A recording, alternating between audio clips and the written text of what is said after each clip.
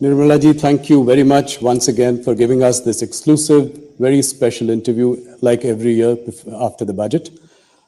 Through our News 18 network, through CNBC, CNBC Awaz, CNN News 18, you will be able to reach every nook and corner of the country, and investors are glued into moneycontrol.com, tracking every twist and turn of the budget. Thank you so much. My first question, a somewhat obvious question. No SOPs, no populist measures.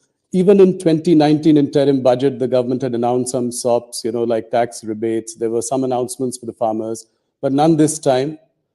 Seems like a very confident Prime Minister going into 2024 elections. You've never looked more relaxed to me before. What was going on in your mind while drafting this? Well, thank you for having me after the budget, like every year. It's a great opportunity to talk to your viewers and also for others who are watching this program more with the keenness to know about the Indian economy.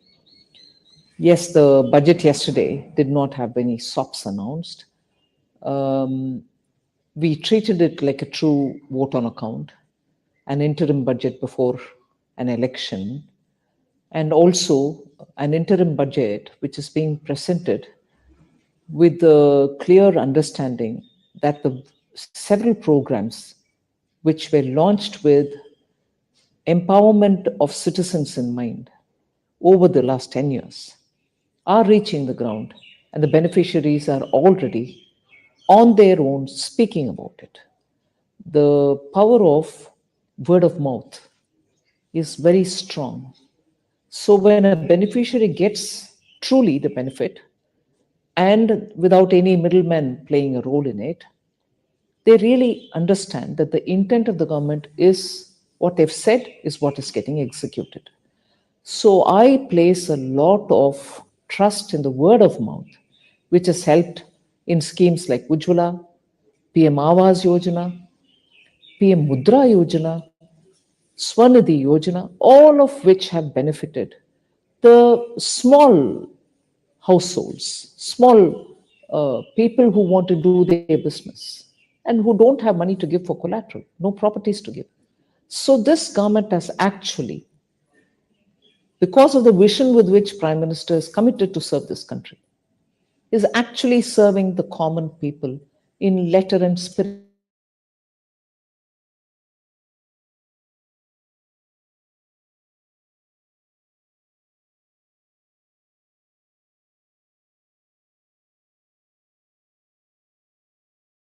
My neighbor, so is the neighbor of that household, and so on. So, and that is why I have used an expression, and I mean it when I said it, that this is secularism in action. This is where we have not shown any difference between members belonging to this community or that community, this religion or that religion, or somebody's relative and not relative. No difference. The project reaches the ground for everybody who deserves to get it. And if they are eligible, they get it, irrespective of who they are. And therefore, in every way, the principle of empowerment, the Sabka Saath, Sabka Vishwas, Sabka Vikas, has been executed in every way. And that is the sense of confidence that the blessings of the people are not just at the time when we gave promises, but the blessings are even now coming in abundantly to say, yes, you've kept up your word. It is what the Prime Minister has also been talking about, the forecasts, as he calls it. That's right. The poor, women, farmers, youth. So I think that is the cornerstone of this speech. Nirmala ji, you've steered the economy in difficult times. If I look at your last 5 years, there's been the pandemic. Right now, 2 wars are going on. Even then, we are projected to grow at 7.3%. Now, if I were to look at the nominal GDP, which has grown only 10.5%, consider an inflation of 4.5%, do you think that 7% itself would be challenging? I mean, do you think it is realistic for us to grow on those lines? The chief economic advisor has also commented in his preface. He's elaborated on how 7% is not difficult to achieve. Um, Globally, also, the various organizations which look at economies of all countries, like IMF, for instance, has also enhanced their own assessment. So, upgrading our growth estimates is not just singularly our business. People are seeing that fundamentally a lot of activities are happening. The robustness of the economy has not slackened anywhere.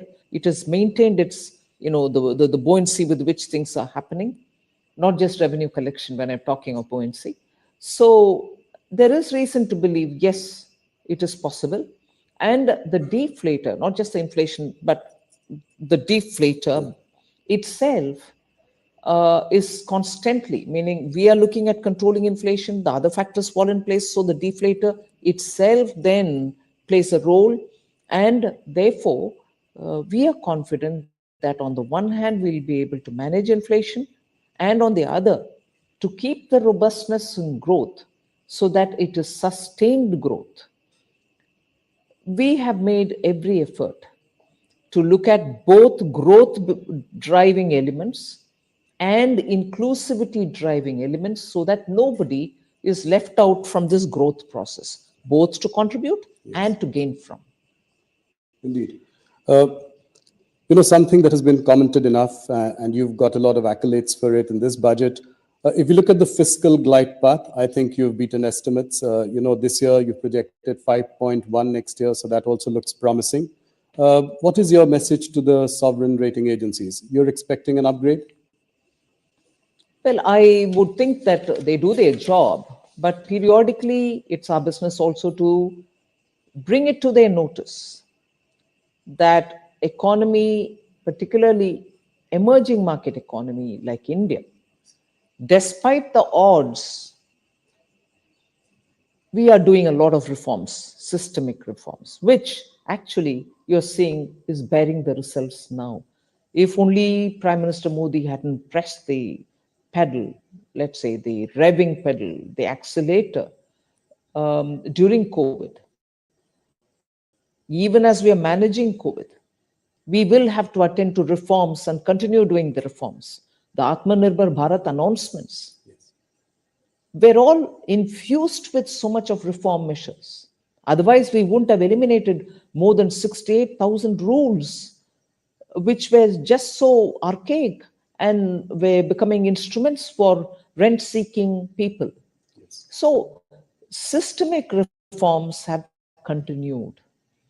Whether it was pre COVID, GST, and IBC, together with very many other reforms like professionalizing public sector banks and so on, the emphasis on reform has given us adequate rewards, and we'll continue doing that.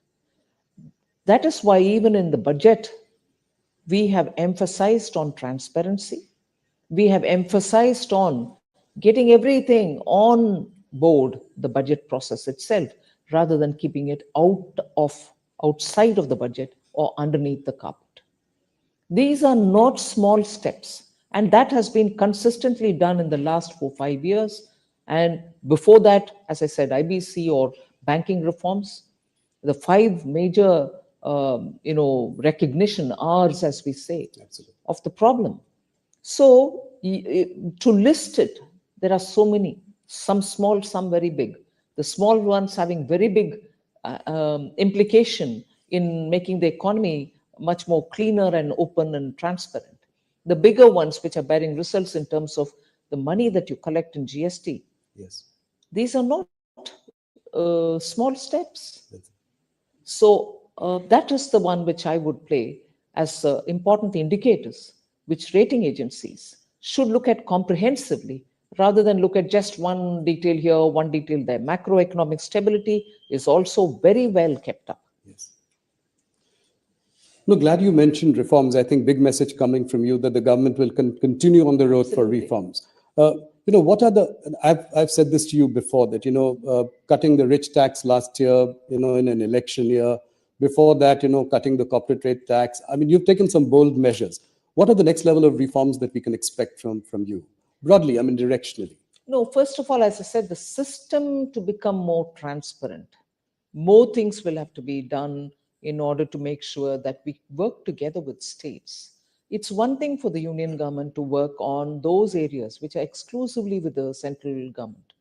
But where there are overlaps, there are some states which have come about enthusiastically to say, yes, we should benefit also from this vibrancy which results after such measures are taken. And therefore, when reforms are talked about, we normally always say three levels where it has to be carried out with the same vigor: the central government, the state government, and then the local bodies. Now, working with the state governments has already started happening. The last few years, you see very many areas where we are working together. The local body level, the municipal, urban local bodies, the panchayats, we need to have greater um, interchange of ideas and working together with them also. That will also continue now. Okay. Finance Minister, if I were to ask you this one question, with the exception of Air India, no strategic privatization has taken place, any significant. Whether it is IDBI, Concor, SCI, banks. Uh, why has your government sort of repeatedly kind of underperformed on this disinvestment aspect? I mean, is the thinking changing within the government? Are you looking at sort of strategic sales and not maybe offer to sell completely? Is there some shift in the thinking? I would want you to, first of all, put that question into the frame that I have laid in the matter of public sector enterprises policy. Right. If a policy framework has been announced, and in that we've said that there are only core strategic sectors which government recognizes where the government will be having a minimal presence. And even in those sectors, private sector will be allowed to, or it'll be completely open for them to participate in total. In the sense, there will not be any one sector, inclusive of the core strategic sector, which will be exclusively reserved for public sector, whereby consolidation will have to happen to make them big enough for a big country like India. Efficiencies will have to be brought in, their values will have to be increased. So this question of yours will have to fit into that frame. I will not reverse any of the cabinet approved decisions. But at the same time, you should probably also have noticed that for each of them, we are working to make sure that we are not allowing them to remain there till they're getting disinvested. Equally, we are working to make sure that their valuations are kept up, they are improved upon. That if you look at the public sector listed companies and their valuation in the market today, you see the kind of vibrancy which has been brought in into them. Their share values have gone up. The dividends are even much better than earlier. Absolutely. So disinvestment is one thing, but in bring in value to them and make sure that the markets look at them absolutely favorably. No, in fact, the public sector companies have done really well, and public markets are also where they are. Would you consider sort of diluting your stake maybe to 49% in some of the companies? Thereby, they are not government owned, but at the same time, you have best of both the worlds, and the Course, that valuations is, could go up even further. no, certainly that is not something which has been uh, denied earlier, meaning as a matter of policy. But in many ways, we are already, you will see periodically, the DPAM Yes. department, which takes care of the disinvestment, has slowly, in trickles, released a lot of government's shares into the market so that private ownerships can come in and they can take hold of those shares. So that is happening already, and we'll certainly like to make sure that greater participation, public ownership of, In companies like, let's say, SBI or yeah, ONGC, I mean, this could be another possibility. absolutely. Thank you. One of the big ideas this budget, which struck to everyone as a big idea, has been the announcement of a corpus of 1 lakh crore, to provide interest-free or low-interest sort of loans for research and innovation. Can you elaborate a little bit on this? How will this work? Will there be a separate sort of entity managing this? How will it go forward? Yeah, certainly. I first of all would bring in a bit of a context to this. It's not as if we are doing it now for the first time. Earlier, too, there were several funds within different departments like the science and technology. Um, uh, they had a CSIR, its own. Funds were all over the place. You had them doing supportive activities for innovation, each from their own side. 2 years ago, I remember announcing the National Research Foundation, which brought together all these, thinly spread resources to one pool, and from there, each of the department would claim whatever they would want to fund in terms of innovation supportive activities. But what we've now done is they may remain so, but the government would now bring in a kind of a institution or a vehicle which can take this 1 lakh crore, which will be given to them next few years in total, as a interest-free corpus amount. Using that, they can then identify innovation related exercises which are happening in private sector and fund them. I may give this interest free 50-year loan to the corpus, but the managers of that fund will then decide to whom at what cost should they give it. The cost may vary depending on the risk factors and the judgment of the professionals who will manage it. But it's certainly a fund from where private innovation will be supported. Uh, I'm sure you'll be asked this question in future, but the allocation for capex at 11.1 lakh crore, does it seem like a lofty goal, considering that you could not even do 10 lakh crore in this year? No, but not really. I mean, we've done only 2 lakh, 3 lakh. That's not the case. Yeah. We're closer to 10. It's also because absorption has its own limits, whether it's the states or the departments within Government of India. When the capital expenditure is undertaken through the outlays given to them, it is only that much within 12 months that they can do and not beyond. So sometimes reaching the target, however ambitious it is to the last mile difficult within 12 months. Had we given them a few more months, they will probably even complete that. But the condition for these capital expenditure, which I have announced since last 2 years, 3 years, is that that amount should be utilized within the year. So many of the state governments which take the money, which are very good in implementing, in fact, I find states very enthusiastic in wanting to avail of this facility. The difficulty comes that if you restrict them to using it within 12 months, and which is what we aim at, we want them to use it within 12 months. So I'm not saying restrict in that sense, but within 12 months, when you're expected to spend that money, there are times when completely utilizing it becomes difficult. They partly use it. That is why 10 lakhs, you might reach 9, 9.2 and not touch 10, but achieving 9.2 within a matter of 12 is, I think, good enough. So to increase it to 11, I'm very hopeful it'll definitely get used. And the amounts which are being given to states are also having high utilization. Nirmalaji, if I'm right, we get a sense that there is an indication of tapering of government spending. I know we've discussed this in our last interview as well. You expect private sector also now to do some heavy lifting. So we are seeing some of the sectors looking up now. There are investments in steel, aviation, power, machinery. But are you happy with the level of private sector participation? You said that they are like Hanuman, and Hanuman has no idea of his own power. When do you think that this Hanuman will lift the economy mountain? Well, I think, as you said, they are coming out. There is investment happening. The PIL, no, PLI scheme is also helping them. Yes. So investments in newer areas do have a slightly longer gestation period. It's not as if their brownfield projects are getting additional money. That also is happening. But the interest in the sunrise sector is really obvious now. People are taking a lot of interest, and you're seeing them coming forward. Okay. So that's heartening news. One more question on the stress that is being seen in the rural economy. Your higher allocation outlay to Manrega also is an indication, betrays, the stress on rural economy. If you look at the results of FMCG companies, consumer durable companies, Even if you look at the Nielsen data, it shows that the rural volume growth has underperformed urban volume growth for almost 7 quarters now in a row.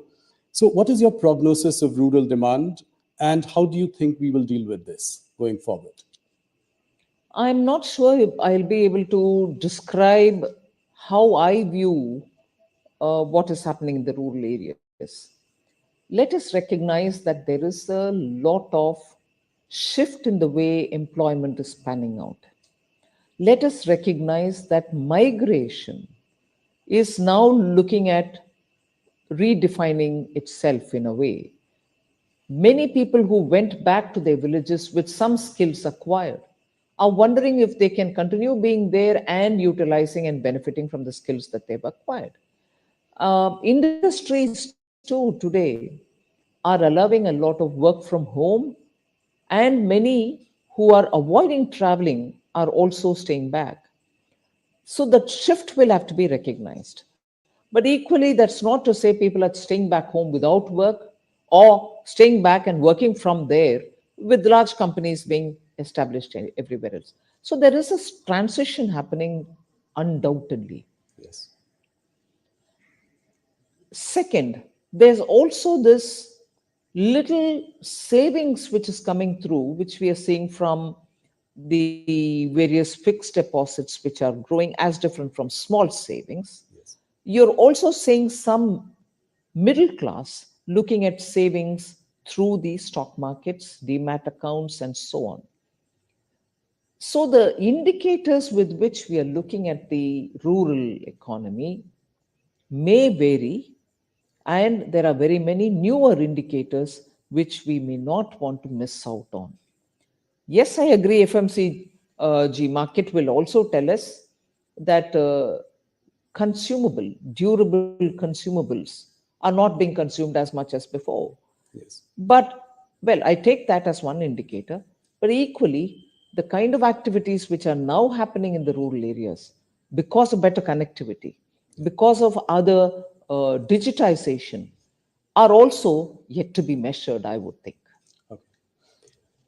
One thing related to the job market, especially if you look at the campus recruitment in engineering colleges and MBA colleges. So on one side, there is this the economy is doing well, and all indicators point to that. But on the other hand, the campus recruitment this year has been muted. Salaries have been lower. Many students have not got a job offer yet. How do you see this, in relation to the overall big picture? See, the question about employment, I'm afraid we are repeatedly focusing only on those indicators pertaining to the formal economy, which is important. I'm not denying its role. So, college recruitments, IIM like campuses are important. But equally, the jobs that are getting created in the middle and lower order are not getting counted at all. I would look at the way in which banks and their credit offtake is happening in small and medium businesses. The new companies which have got registered, which is a data which I have put out Yes. from the MCA, the number of new companies which have started are certainly not people who are being recruited for jobs. They are people who are investing money, believing in their skills, registering a company, and probably giving jobs for others. Why would new companies get registered in a bigger number than before if employment is not being offered? The companies cannot operate in vacuum without human beings in them.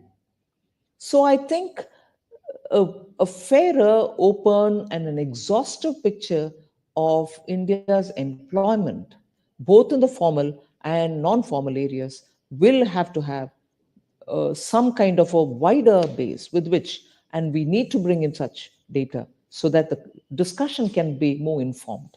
And I think the global slowdown is also having an impact on our jobs, especially at the higher end, right? I mean, in IIM campuses or engineering colleges, etc. Equally, because of the way in which artificial intelligence is coming, the kind of job requirements that are expected of new recruits are also changing. Yes. So the people with old skill sets are now expected to have additional newer skill sets for entering into a certain area which till now did not exist.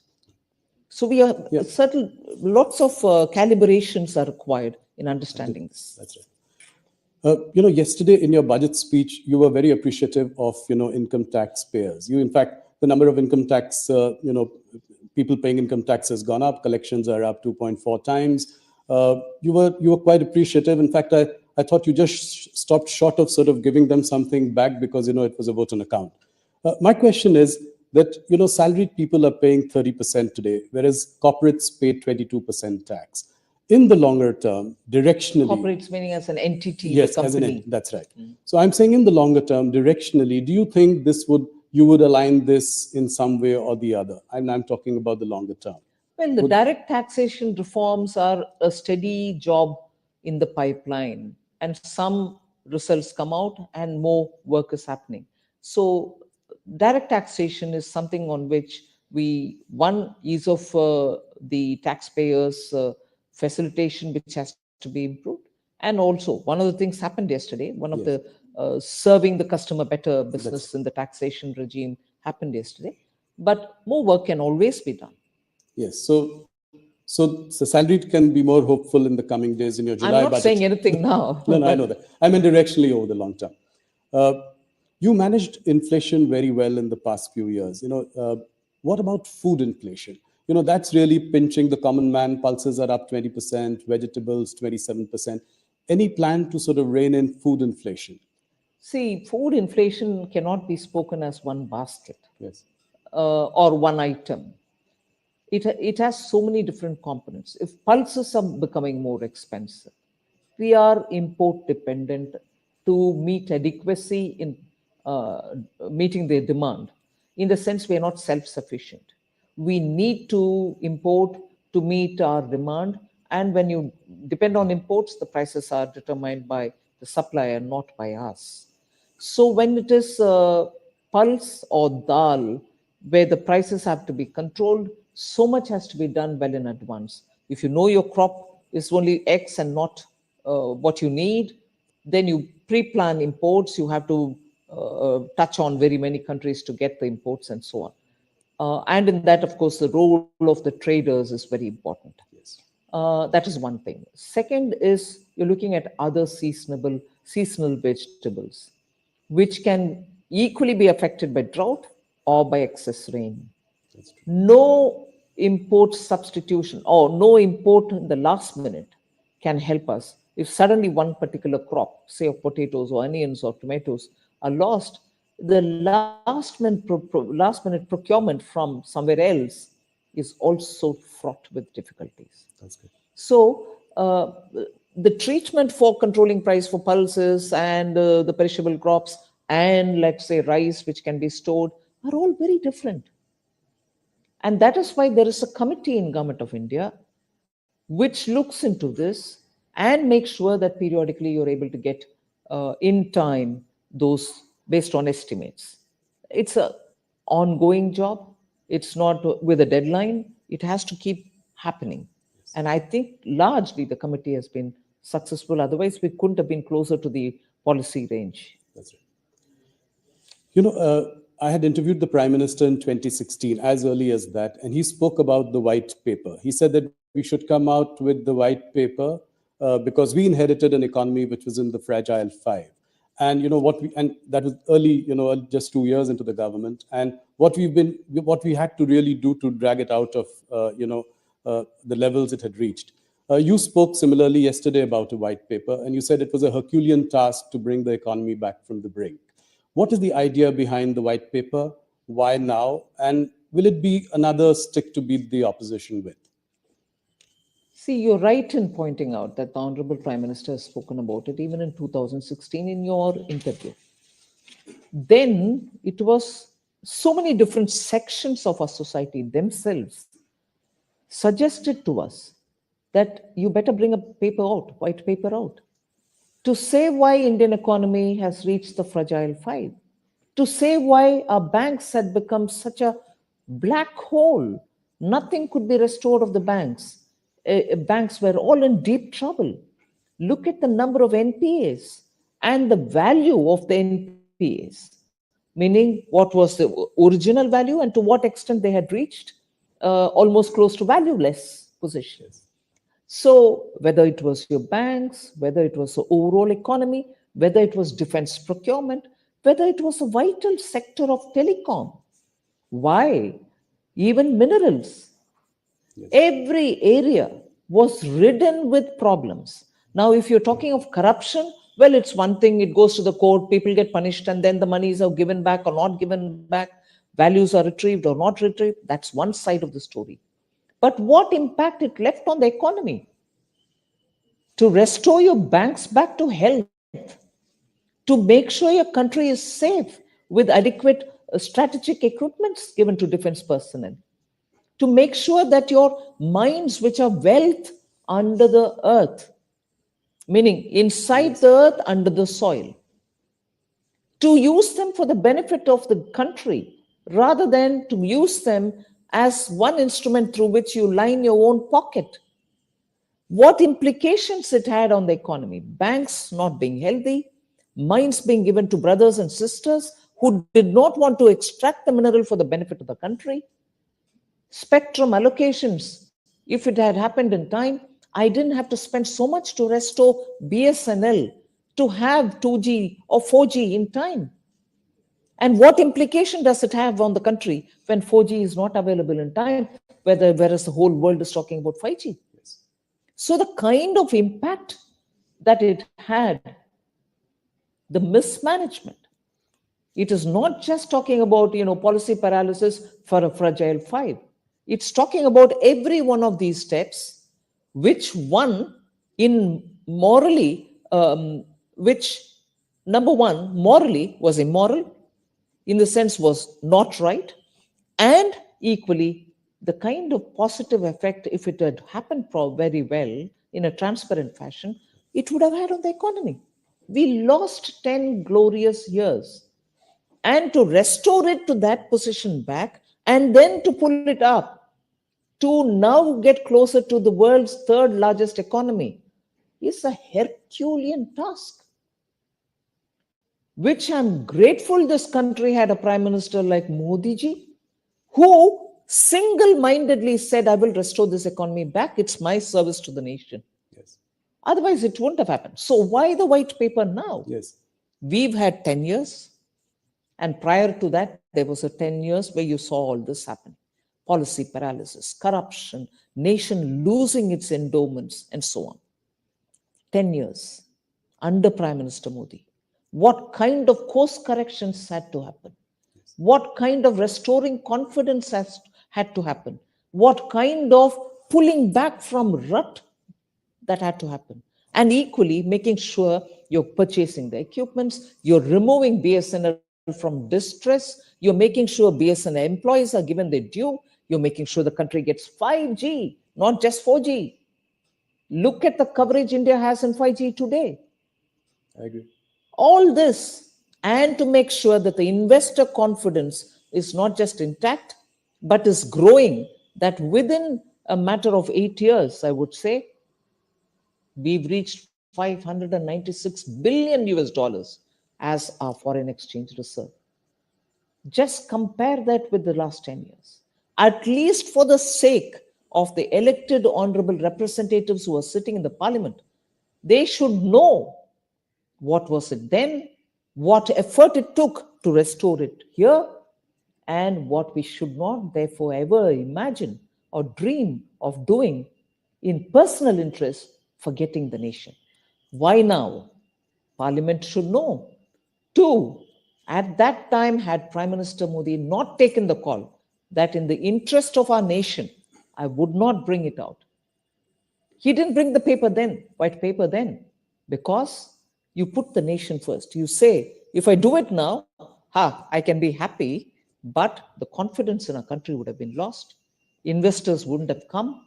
Our own people would have lost faith in the systems.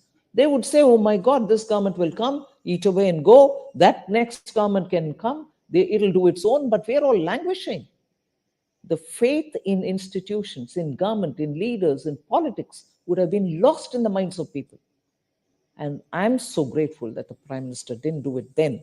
He restored it all, put India on such a wonderful track towards becoming third largest economy, and then so that all of us know what it took and what we shouldn't do in the future, this paper. So when do you table it? Well, sooner.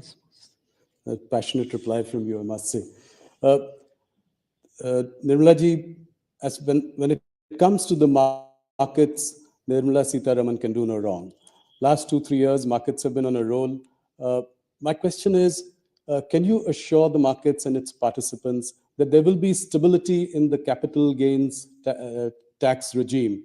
And I ask this question because last year you had tweaked, the debt market, the debt mutual funds in your budget speech. So, is there stability around the corner in the foreseeable future? Policy stability is one thing which Prime Minister really lays a lot of emphasis on. Yes. He doesn't like periodic tweaking. He would tell you it's only 2 years, it's only 3 years, let it play out, let it settle down, and so on. So he's never in favor of quick twists and turns. And this is not me saying, people who have observed him for his tenure as Chief Minister will know that the biggest strength under Prime Minister Modi is stability in policy. So that's a singular line reply that I can give for it. Right. No surprises. I mean, long-term stability in policy. Another question, current question. RBI has imposed restrictions on the operations of Paytm Payments Bank. I don't, want to go into the details, but just a question is, what is your message to the fintech industry? Is there more than meets the eye in this case, or are we going to be cautious when it comes to the fintech sector? No, I wouldn't want to comment on any one particular company, but fintech is an area in which all of us are very enthusiastic. India has contributed a lot in this sector. India's contribution in this sector has been globally recognized. Today, if people are looking at solutions, fintech solutions, they are looking to India. Our youth have contributed a lot and built capacities for themselves. This is an area which we'd certainly like to work with and encourage. I'm not commenting on any one company. That's heartening to know for the fintech industry. Thanks for the message. You have been tightening things around. Would you think that the RBI should loosen now? Well, RBI does take its own call, but I will appreciate the RBI for working together with the stakeholders. And they take a call, I'm sure they take a call that keeping growth in mind, they've been steady, I suppose. They'll continue to be steady is my expectation and hope. A few quick political questions. I'm aware of the time. Thank you for answering all our business and economic questions at great length.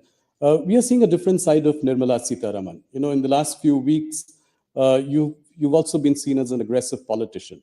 You've turned the heat on your rivals in Tamil Nadu. You said that Stalin's DMK is an anti-Hindu party and that they were forbidding the live telecast of the Ram Mandir Pran Pratishthan ceremony. What do you have to say to that? 100%. I have not said a loose word. I did mean what I say, and I do truly believe that repeatedly the attack on Hindus in Tamil Nadu, in layers which are seen and in layers which are not seen, have been felt for a long time. I speak very many times about Tamil Nadu with lived experience. Yes. And therefore, I don't talk too soon, nor do I speak too indiscreetly. So when I say something, I mean it because I feel it also. I do corroborate with data, with actual ground activities, and then only comment. Unfortunately, if that is the politics of a state party, which has had a lot of ideological support extended to separatist politicians of years gone by. Yes. Whether they support it even today, I do not know, but there are periodic voices which come out which are very separatist in tone and tenor. My grief is a national party like the Congress party has been decimated in Tamil Nadu, and till today, they are not a position to win an election, even a couple of seats on their own, without being in alliance with one of these parties. BJP is, of course, a beginner there. It's been there since the Jansangh days, and it's gaining strength. We'll continue to work with the people. But the grief that I want to express is a national party like Congress party also joins that anti-Hindu voice, does not condemn the anti-Hindu voice of the party DMK, and even worse, goes in support of such voices which come from DMK. And today, not just in Tamil Nadu, a Congress party member in the Lok Sabha today, meaning he's a sitting Lok Sabha member, and a brother of a deputy chief minister in Karnataka, also speaks in separatist voice. So anti-Hindu is one, anti-Hindu activity is another, which also is happening in Karnataka, incidentally. Congress party in Tamil Nadu supports these kind of anti-Hindu or anti-separatist voices. And today that is a spirit with which Congress also is aligning, which is what I find utterly shocking. Is there an attempt to paint the Bharatiya Janata Party as a North Indian party? And this North-South divide, encouraging that. Is that what you 100%. sense? They've always called Bharatiya Janata Party two things. It is a Brahmin Baniya party. It's a Hindi party. Today, the kind of support BJP receives in South India disproves all this. And I don't want to name individuals and say, oh, he or she belongs to this caste, we've promoted this caste, and therefore, more than BJP, I can challenge today, is there any one party in India which has worked for the betterment of tribals in India, which has worked for the betterment of the Dalit scheduled castes in India, which has recalled some of the best iconic leaders coming from those communities but attaining national stature, whether it is Dr. B.R. Ambedkar, whether it is Guruji and considered like God himself, Birsa Munda, whether it is the sons of the Shabzade, Sikh gurus, who gave their lives in their teenage for the sake of our country.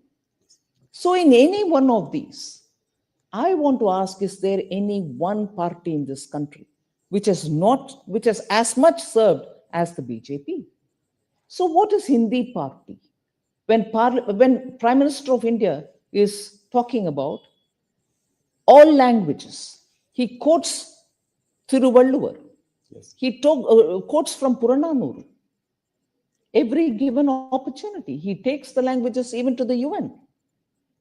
So, Tamil Nadu's politics, speaking of these kind of things, has happily kept the Hindi-speaking parts of the country, even if they are in alliance with them, away from the separatist rhetoric. So you think, oh, we are in alliance with that party, they cannot do any wrong. Yes. But they've been speaking all these separatists earlier. They're speaking anti-Hindu earlier. Only because of the language gap.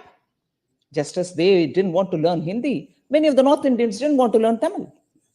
So there's never been an understanding, a comprehensive, complete understanding of what's developed in Tamil Nadu.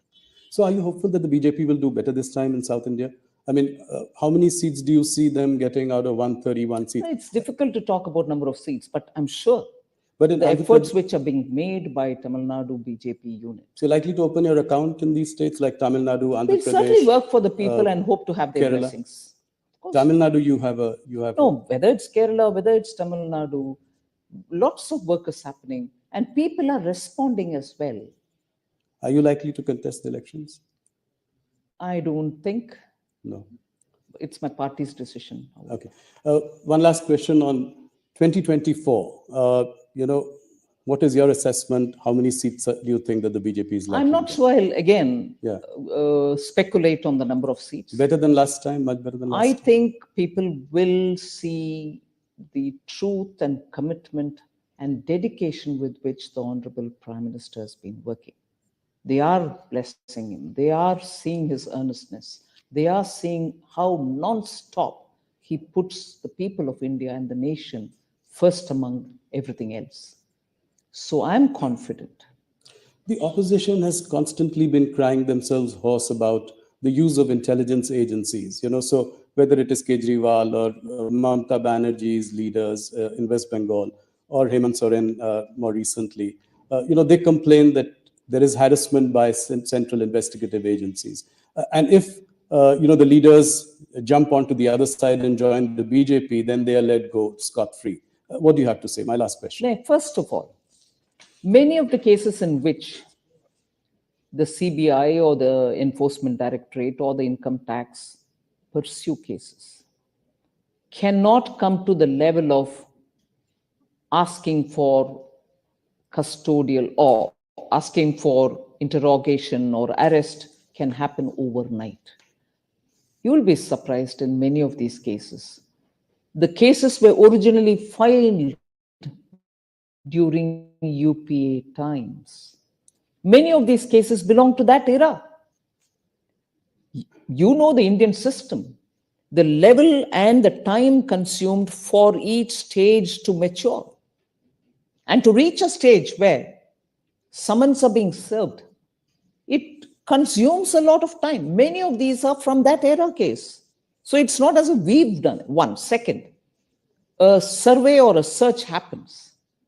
Tell me if they've come empty-handed. Roomfuls of cash. Equally, when we are talking about common man adopting to technology, doing digital payment, you have people sitting with tons of currency notes in their homes. Nowadays, everything is videographed. I can't sit here and say, I found so much cash in your house without a proof. The video shows in the bathroom, in the bedroom, in lockers, tons of cash being kept. What explains that? So it's very well to use that as a whip to hit at the ruling party to say you're using the Enforcement Directorate or CBI. These are professional agencies. They take huge time to make their cases compact and ready because everything is now monitored by the court once the charge sheet is filed. Yes. And you have to submit the documents to the court. You can't just go there and say, I found this, I found that. Records prove it. So era is changing. People don't like to have corrupt leaders. So when the Enforcement Directorate go and knock at the doors and come out with such pictures, common people are saying it. You may cry hoarse, as you said, saying it is being politically used. I'm sorry. It is something which was case from your era. You filed a case against your own ally. There are partners in crime. And then there are partners and enemies also. Yes. Nirmalaji, thank you so much for answering all our questions. You answer economic questions and political questions with equal felicity and passion. It's always such a pleasure to speak to you. Thank you so much. Thank you very much, Rahul.